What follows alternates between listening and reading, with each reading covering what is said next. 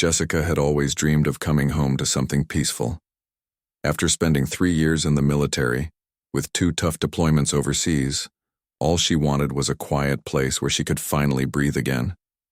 At 28, she had seen more than most people twice her age, and the memories still followed her everywhere she went. The small townhouse in Oakwood Springs looked perfect in the photos online. It was part of a nice community with clean sidewalks, well-kept gardens, and rules that promised everyone would take care of their homes. Jessica used her veteran benefits to buy the place, feeling proud that her service had helped her achieve this milestone. The day she got the keys, she stood in her new living room and smiled for the first time in months. But Jessica carried invisible wounds from her time overseas. An explosion during her second deployment had left her with a bad leg injury that never quite healed right. Some days were better than others, but she always walked with a slight limp. The doctors at the VA hospital had given her a 70% disability rating, which meant the government recognized that her injuries were serious and permanent. The worst part wasn't the physical pain, though. It was the nightmares, the sudden panic when she heard loud noises and the way her heart would race when she felt trapped or cornered. Her therapist called it PTSD, and while Jessica was getting help for it, some days were really hard to get through. Moving into Oakwood Springs, Jessica hoped for a fresh start. The community seemed friendly enough, with neighbors who waved when they saw each other and kids playing safely in the small park at the center of the neighborhood. There were rules about everything: what color you could paint your house, how tall your grass could be, and where you could park your car. But Jessica didn't mind rules. The military had taught her that structure could be a good thing. The person in charge of making sure everyone followed these rules was Patricia Williams, a 63-year-old woman who had been living in Oakwood Springs since it was first built 15 years ago. Patricia took her job as head of the Homeowners Association very seriously. She walked around the neighborhood every morning and evening, checking that everyone was following the rules properly. Most residents had learned to stay on Patricia's good side. She had strong opinions about how things should be done, and she wasn't shy about sharing those opinions with anyone who would listen. Some neighbors thought she was helpful in keeping the community nice. Others whispered that she went too far sometimes, but nobody wanted to get on her bad list.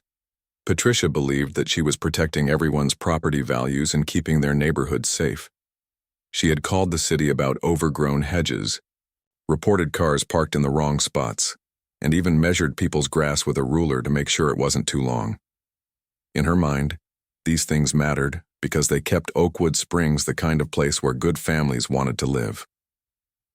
Jessica's first few weeks in the neighborhood went smoothly. She kept to herself mostly, still adjusting to civilian life and trying to make her new house feel like home. She planted some flowers in the small garden by her front door and made sure her lawn stayed neat and trimmed. The neighbors seemed nice enough when she saw them getting their mail or walking their dogs. Then Jessica decided to get her veteran parking permit from the city. She had earned this right through her service, and the permit would let her park in special veteran spots, at stores, restaurants, and some other places around town. The process was simple. She just had to show her military discharge papers and her VA disability rating to prove she qualified. When the permit arrived in the mail, Jessica felt a mix of pride and sadness. She was proud of her service and grateful for the recognition, but getting the permit also reminded her of everything she had lost. Still, she carefully placed it on her dashboard where it would be visible to anyone who needed to see it. The permit was small and official-looking, with the state seal and clear letters that said Disabled Veteran. Jessica made sure it was positioned correctly so there would never be any question about whether she was authorized to use veteran parking spaces. For the first few days, nothing happened. Jessica went about her routine, therapy appointments, grocery shopping, and slowly getting used to her new neighborhood. She didn't notice that Patricia had spotted the permit during one of her evening walks around the community. Patricia stopped next to Jessica's car and stared at the permit for a long time. Something about it bothered her, though she couldn't quite put her finger on what it was. The young woman who lived in Unit 47 just looked too young and too healthy to be a real veteran. Patricia had very specific ideas about what veterans should look like, and Jessica didn't fit those ideas at all. In Patricia's mind, Real veterans were older men who had fought in big wars that everyone knew about. They walked with obvious limps or used wheelchairs, and they looked like the soldiers she had seen in old movies. Jessica looked like any other young woman in the neighborhood. She dressed normally. She wasn't missing any limbs, and except for that slight limp, she seemed perfectly fine. Over the next few days, Patricia found herself watching Jessica more carefully. She noticed that Jessica came and went at odd hours, sometimes looking tired or stressed. She saw Jessica talking on the phone in her car sometimes, and Patricia wondered what kind of business a young woman like that could have that was so private. The more Patricia watched, the more convinced she became that something wasn't right about Jessica's veteran permit. Maybe Jessica had gotten it from a boyfriend who was a real veteran. Maybe she had found it somewhere or bought it online. Whatever the truth was, Patricia was determined to figure it out. Patricia had spent 15 years keeping Oakwood Springs safe and respectable, and she wasn't about to let someone take advantage of benefits they hadn't earned. In her mind, allowing fake permits would be disrespectful to real veterans and could lead to all sorts of problems in their peaceful community. She just needed to find the right moment to confront Jessica about it. Patricia decided she couldn't wait any longer. On a Tuesday morning, she saw Jessica coming back from what looked like a doctor's appointment. Jessica was moving slower than usual, and Patricia took this as her chance to finally get some answers. "Excuse me?" Patricia called out as Jessica was walking from her car to her front door. "I need to ask you about something." Jessica turned around, surprised. She had noticed this older woman around the neighborhood, but had never actually spoken to her before. "Sure, what can I help you with?" Patricia pointed directly at Jessica's car. "That parking permit you have there, the veteran one. How exactly did you get that?" The question caught Jessica off guard. She had expected maybe a welcome to the neighborhood or a question about her lawn care, not this. "I applied for it through the city. I'm a veteran, so I qualified for it." "Really?" Patricia's voice was full of doubt. "You just look awfully young to have been in any real military service. What branch were you in?" Jessica felt her stomach tighten. She had dealt with this kind of questioning before, but it never got easier. "I was in the Army for 3 years. Did 2 deployments overseas." Patricia crossed her arms and studied Jessica like she was trying to solve a puzzle. "The Army, huh? And you're what? Maybe 25? That would mean you joined when you were just a kid. Doesn't seem right to me." "I'm 28 and I joined when I was 21, Jessica replied, trying to keep her voice steady. "Is there a problem with my permit?" "Well, I just think it's important that these permits go to people who actually deserve them," Patricia said. "Real veterans who actually fought in real wars. Not young people who might have just done some office work or something easy like that." Jessica's face flushed. The implication that her service wasn't real or important hit her like a punch to the stomach. "I did serve in combat zones. I have the injuries to prove it." "I don't see any injuries," Patricia shot back. "You look perfectly fine to me." "Maybe you got that permit from a boyfriend or something. I've heard about people doing that." Jessica's hand started to shake slightly. This was exactly the kind of confrontation that triggered her anxiety. "I can show you my military ID if you need proof. Anyone can fake those things these days," Patricia said dismissively. "I think you should take that permit down until you can prove you really earned it." With that, Patricia walked away, leaving Jessica standing in her driveway feeling angry and humiliated.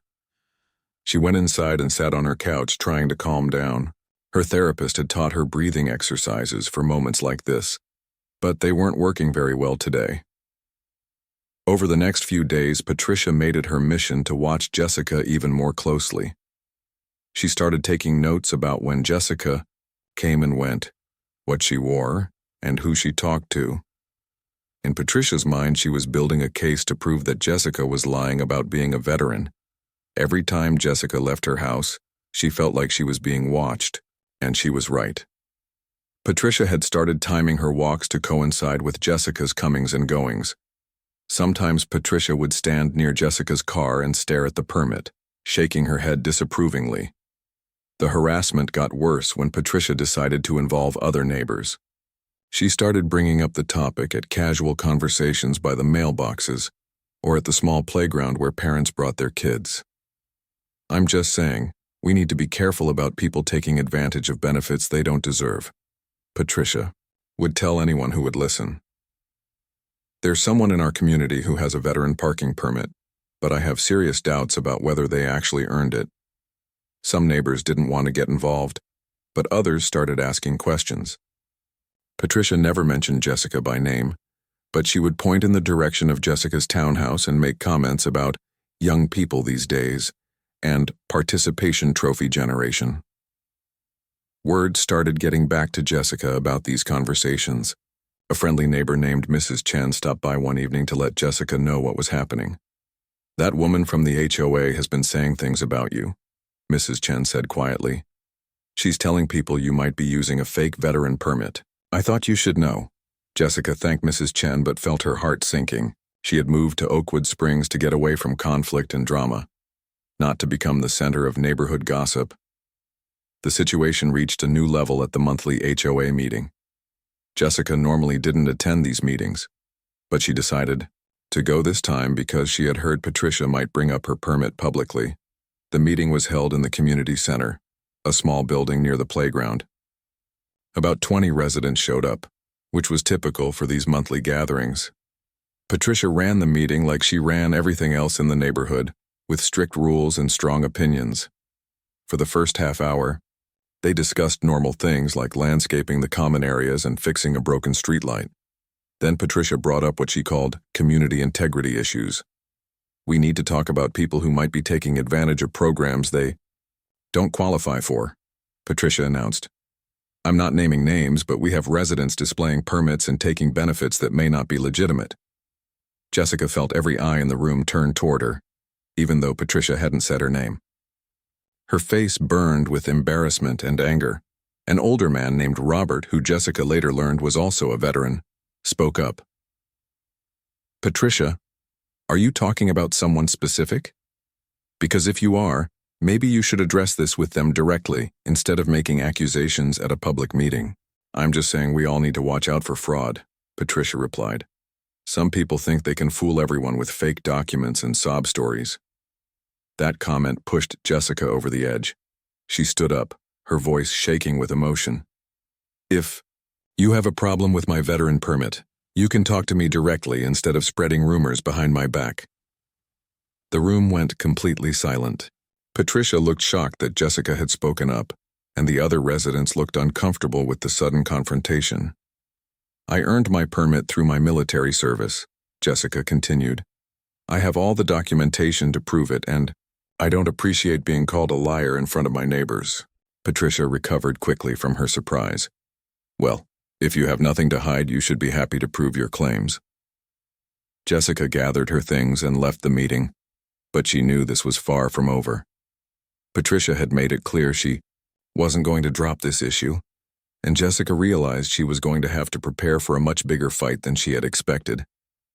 After the HOA meeting, things got much worse for Jessica. Patricia seemed to take Jessica's public response as a personal challenge, and the harassment became more frequent and more aggressive. What had started as suspicious looks and whispered conversations was now turning into something much more serious.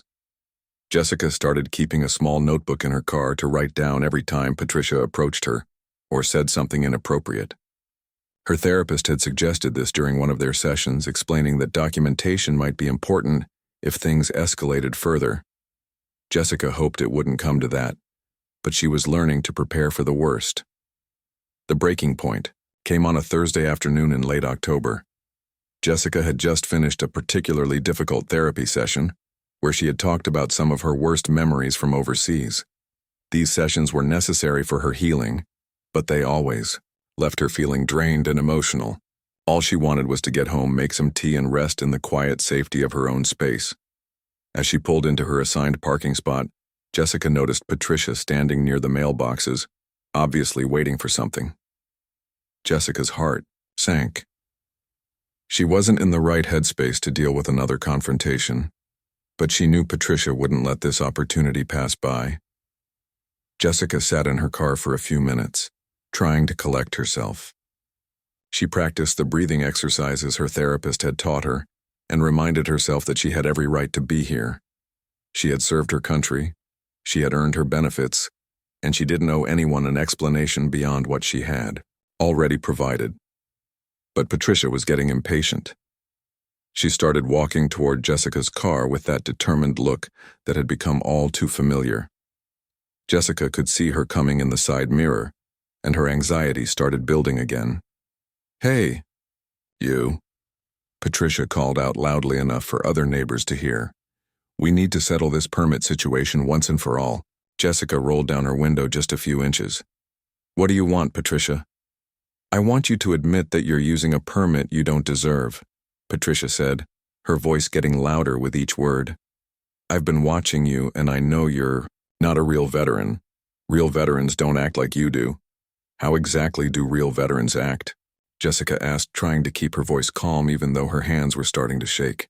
"They're tough. They don't cry and have therapy appointments all the time. They don't hide behind fake disabilities and made-up trauma stories," Patricia snapped. The words hit Jessica like a physical blow. This woman was attacking the very core of her struggles, dismissing her pain and her service in the cruelest way possible. Jessica felt tears starting to form in her eyes, which only seemed to prove Patricia's point in her twisted logic. "You, see?" Patricia continued, pointing at Jessica's emotional reaction. "A real soldier wouldn't cry over a simple conversation. You're just a young woman playing dress-up with someone else's sacrifice." Other neighbors had started to notice the commotion. Mrs. Chen came out of her townhouse and stood on her steps, clearly concerned about what she was witnessing. A man named David, who lived 2 units down, stopped checking his mail to watch what was happening. "I earned my permit," Jessica said through the partially open window. "I have all the paperwork to prove it." "Paperwork can be faked," Patricia shot back. "Anyone with a computer can make fake military documents these days. What I can't fake is seeing through people like you who think they can fool everyone." Jessica's PTSD was starting to kick in now. The aggressive confrontation, the trapped feeling of being in her car while someone stood outside yelling at her, and the public humiliation all combined to trigger the response her brain had developed to protect her from danger. "Please just leave me alone," Jessica said, her voice barely above a whisper. But Patricia saw Jessica's distress as weakness, not trauma. "I knew it. You can't even defend yourself because you know I'm right. You're taking resources away from real veterans who actually deserve them." That's when Patricia made the decision that would change everything. In a moment of rage and self-righteousness, she reached through the small opening in Jessica's car window. Her target was the veteran. Parking permit on Jessica's dashboard. "I'm taking this fake permit until you can prove you deserve it," Patricia declared as she grabbed for the small placard. The sudden invasion of her space, the unexpected physical contact, and the feeling of being trapped sent Jessica into a full panic response. Her military training kicked in, but not in a way that helped the situation. Instead of making her feel safer, it reminded her of all the times she had been in real danger overseas. Jessica's breathing became rapid and shallow. Her vision started to narrow, and she felt like the walls of her car were closing in on her. This was a full PTSD episode, triggered by Patricia's aggressive behavior and complete disregard for Jessica's personal space. "Give that back," Jessica managed to say, but Patricia was already backing away from the car with the torn permit in her hand. "This is going straight to the police," Patricia announced triumphantly. "They need to know that someone in this neighborhood is using fraudulent government documents." Mrs. Chen couldn't stay quiet any longer. "Patricia, you can't just take someone's property like that. Put it back." "This isn't her property if it's fake," Patricia replied. "I'm protecting our community from fraud." David pulled out his phone and started recording.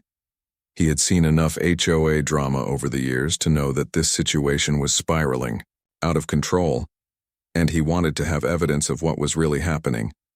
Jessica was still in her car, struggling to breathe normally and trying to process what had just occurred. Someone had physically reached into her vehicle and stolen her government-issued permit, while claiming she didn't deserve it. The violation felt almost as traumatic as some of her worst experiences in the military. Other neighbors started coming, outside. drawn by the raised voices and obvious conflict. Some looked concerned, others seemed curious about the drama, and a few appeared uncomfortable with Patricia's aggressive behavior. Patricia stood in the middle of the parking area, holding Jessica's permit like it was evidence in a criminal trial. She looked around at the gathering crowd with satisfaction, believing she had finally exposed Jessica as a fraud. But what Patricia didn't realize was that several neighbors were now recording the entire incident on their phones. Her moment of triumph was about to become the evidence that would finally hold her accountable for months of harassment and her latest act of theft. Jessica sat in her car, still shaking from what had just happened. Her hands were trembling so badly she could barely hold her phone, but she knew she had to call for help. Taking someone's property like that wasn't just wrong, it was illegal. And Patricia had done it right in front of multiple witnesses. With shaky fingers, Jessica dialed 911. When the operator answered, Jessica tried to explain what had happened, but her voice kept breaking from the stress and panic she was still feeling. "Someone just stole my veteran parking permit from my car," Jessica managed to say. "She reached right through my window and took it. She's still standing here with it in her hand." The operator was professional and calm. "Are you safe right now? Do you need medical attention?" "I'm okay physically, but I'm having a panic attack," Jessica admitted. "The person who took my permit is the head of our homeowners association. She's been harassing me for weeks about my military service." "Officers are on their way," the operator assured her. "Stay on the line with me until they arrive." While Jessica was on the phone with 911, Patricia was still standing in the parking area, holding the torn permit and talking loudly to anyone who would listen. She seemed completely unaware that what she had just done was a serious crime. "You all saw it," Patricia announced to the gathering crowd of neighbors. She couldn't even prove she deserved this permit. Real veterans would have been proud to show their service records. David, who had been recording everything on his phone, shook his head in disbelief. "Patricia, you just stole government property from someone's car. That's a felony." "It's not stealing if it's fake," Patricia shot back. "I'm doing the right thing by reporting this fraud to the authorities." Mrs. Chen walked over to Jessica's car to check on her. Through the window, she could see that Jessica was clearly in distress, still on the phone with the emergency operator. "Honey, are you all right?" Mrs. Chen asked gently. Jessica nodded but couldn't speak much. The combination of her PTSD episode and the shock of having her property stolen was overwhelming. She had never expected that standing up for herself would lead to this level of confrontation. Within 10 minutes, 2 police officers arrived at the scene. Officer Martinez was a younger man who looked to be in his early 30s, and Officer Johnson was an older woman with kind eyes and a calm demeanor. They surveyed the situation quickly, noting the crowd of neighbors and the obvious tension in the air. Patricia immediately approached the officers, still clutching Jessica's permit. "Officers, thank goodness you're here. I need to report someone using fraudulent veteran documents." Officer Martinez held up his hand. "Ma'am, we received a call about theft. Let's start with that first." Jessica slowly got out of her car, still feeling unsteady but knowing she needed to explain what had happened. Officer Johnson walked over to her with a gentle approach. "Are you the person who called about stolen property?" Officer Johnson asked. "Yes," Jessica replied, her voice still shaky. "That woman took my veteran parking permit right out of my car. I told her multiple times to leave me alone, but she's been harassing me for weeks." Officer Johnson looked at Patricia, who was still holding the permit. "Ma'am, is that item in your hand the property in question?" "This is a fake veteran permit," Patricia declared confidently. "This young woman is too young to be a real veteran. She's been using this to take benefits she doesn't deserve." Officer Martinez stepped forward. "Ma'am, regardless of your concerns about the permit's validity, you cannot take someone else's property. That's theft and it's illegal." "But she's committing fraud," Patricia insisted. "Someone had to do something about it. If you suspected fraud, the correct action would have been to report it to the proper authorities," Officer Johnson explained. "Taking someone's property is never acceptable, no matter what you believe about it." David approached the officers with his phone. "Officers, I recorded the whole thing. She reached into this woman's car and grabbed the permit while she was sitting inside. There are several other neighbors who saw it too. Officer Martinez nodded and took David's contact information. We'll need copies of that video for our report. Patricia's confidence began to waver as she realized the officers weren't treating her as a concerned citizen reporting fraud. Instead, they were treating her as the person who had committed a crime. I want to see proof that she's really a veteran, Patricia demanded. Officer Johnson looked at Patricia sternly. Ma'am, that's not your right to demand. If someone has a legitimate permit issued by the city, they've already provided the necessary proof to the appropriate authorities. Jessica reached into her purse with trembling hands and pulled out her military ID card and her discharge papers. I have all my documentation right here, she said quietly. Officer Martinez examined the documents carefully. They were clearly genuine, with all the proper seals and signatures. Jessica's military service record showed 2 overseas deployments and an honorable discharge. These documents appear to be completely legitimate, Officer Martinez announced to everyone present. Patricia's face went pale. She had been so certain that Jessica was lying, but now she was faced with official proof that Jessica was exactly who she said she was. But she looks too young, Patricia stammered weakly. Ma'am, military service members come in all ages, Officer Johnson replied. Your assumptions about what a veteran should look like don't give you the right to harass someone or take their property. Other neighbors began speaking up, telling the officers about Patricia's pattern of harassment over the past several weeks. Mrs. Chen described the constant watching and following. David mentioned the inappropriate comments at the HOA meeting. Another neighbor talked about Patricia's attempts to turn the community against Jessica. Officer Martinez looked at Patricia seriously. Ma'am, based on witness statements and the evidence we've seen, we're placing you under arrest for theft of government property and harassment. Patricia's mouth fell open in shock. You can't arrest me. I was trying to protect the community. Your intentions don't excuse your actions, Officer Johnson said as she reached for her handcuffs. You have the right to remain silent. As Patricia was being read her rights, Jessica felt a mix of relief and sadness. She had never wanted it to come to this, but Patricia had left her no choice. The harassment had to stop, and apparently this was the only way it was going to happen. The neighbors who had witnessed everything began to understand how wrong Patricia's behavior had been. Some looked embarrassed that they had listened to her gossip and speculation. Others seemed relieved that someone had finally stood up to Patricia's bullying tactics. As Patricia was led away in handcuffs, still protesting her innocence, Jessica finally felt like she could breathe again. Justice was being served, but she knew this was probably just the beginning of a longer legal process. The weeks following Patricia's arrest were a whirlwind of activity for Jessica. She had to give statements to police, meet with lawyers, and deal with the media attention that somehow found its way to their quiet neighborhood. Local news stations picked up the story of the veteran who was harassed by her HOA president, and suddenly everyone wanted to hear Jessica's side of what happened. At first, Jessica didn't want any publicity. She had moved to Oakwood Springs to find peace, not to become the center of a news story.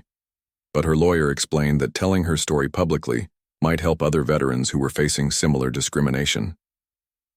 The legal process moved surprisingly quickly. Patricia was charged with theft of government property, which was a serious felony, plus harassment and disturbing the peace. The video evidence from David's phone, along with testimony from multiple neighbors, made the case pretty straightforward for prosecutors. Patricia hired a lawyer who tried to argue that she was just a concerned citizen trying to protect her community from fraud. But when Jessica's complete military records were presented in court, including commendations she had received for her service overseas, that defense fell apart completely. The judge who heard the case was a no-nonsense woman named Judge Rivera, who had seen plenty of discrimination cases over the years. When Patricia's lawyer tried to suggest that his client was just mistaken, Judge Rivera wasn't having any of it. Ignorance is not an excuse for theft and harassment, Judge Rivera said firmly during the sentencing hearing. The defendant had no legal right to take someone else's property, regardless of her personal opinions about their qualifications. Patricia was sentenced to 6 months of community service, which had to be completed at the local VA hospital. The judge thought it would be educational for Patricia to spend time around real veterans and learn about the different ways military service could affect people. She also had to pay for Jessica's replacement parking permit and cover the costs of Jessica's therapy sessions that were needed to deal with the additional trauma from the harassment. On top of that, the judge issued a restraining order that prevented Patricia from having any contact with Jessica. The most satisfying part for Jessica was watching Patricia's face when she realized how serious the consequences were going to be. Patricia had expected maybe a small fine and a lecture about being more careful. Instead, she was facing real punishment that would affect her life for months to come. But the legal victory was just the beginning of the changes in Oakwood Springs. The Homeowners Association Management Company launched their own investigation into Patricia's behavior and discovered that she had been abusing her authority for years. There were complaints from other residents that had been ignored or buried, and evidence that Patricia had been targeting people she didn't like for various petty violations. Patricia was forced to resign from her position as HOA president immediately. The management company also implemented new rules about how board members could interact with residents, including mandatory training about discrimination and harassment. Several neighbors approached Jessica in the weeks after Patricia's arrest to apologize for not speaking up sooner. Mrs. Chen organized a small welcome dinner for Jessica, inviting other veterans in the community to show their support. That's how Jessica met Robert, the older man who had defended her at the HOA meeting. Robert was a Vietnam veteran who had dealt with his own share of discrimination when he came home from war. He and Jessica quickly became friends, bonding over their shared experiences of military service and the challenges of adjusting to civilian life. "You did something really important by standing up to her," Robert told Jessica one evening as they sat on her front porch. Patricia had been bullying people in this neighborhood for years, but nobody ever fought back before. The community service at the VA hospital turned out to be exactly what Patricia needed, though she didn't appreciate it at first. She was assigned to help with recreational activities for disabled veterans, which meant she got to see firsthand how diverse the veteran community really was. Patricia met veterans of all ages, races, and backgrounds. She worked with young men and women who had served in recent conflicts, middle-aged veterans from the Gulf War era, and older veterans from Vietnam and Korea. Some had visible disabilities, others dealt with invisible wounds like PTSD, and many were perfectly healthy but had chosen to serve their country during difficult times. After 3 months of this community service, Patricia began to understand how wrong she had been about Jessica. She started to see that her assumptions about what veterans should look like were based on outdated stereotypes and personal prejudices. Meanwhile, Jessica was elected to fill Patricia's vacant spot on the HOA board. She ran on a platform of treating all residents with respect and making sure the community rules were applied fairly to everyone. Her election was unanimous, with even some of Patricia's former supporters voting for her. Jessica used her position on the board to establish new policies protecting residents from harassment and discrimination. She also started a monthly coffee hour where neighbors could meet informally and get to know each other better, hoping to prevent the kind of misunderstandings that had led to her problems with Patricia. 6 months after the arrest, Jessica ran into Patricia at the grocery store. It was awkward at first, but Patricia actually approached her to apologize. "I was wrong about you," Patricia said quietly. "Working at the VA hospital showed me how much I didn't understand about military service. I'm sorry for everything I put you through." Jessica accepted the apology, though she made it clear that the trust would take time to rebuild. "I'm glad you learned something from the experience," Jessica replied. "Maybe now you'll think twice before judging someone based on how they look." A year later, Oakwood Springs was a completely different place. The community was more welcoming and inclusive, with residents who actually looked out for each other instead of looking for reasons to complain. Jessica's veteran parking permit sat proudly on her dashboard, and nobody ever questioned her right to have it again. Jessica had found the peace she was looking for when she moved to the neighborhood, but she had also found something she hadn't expected: a sense of purpose in helping other veterans and making sure no one else would have to go through what she experienced. Sometimes the hardest battles are the ones we fight at home, but Jessica had proven that standing up for what's right is always worth it in the end.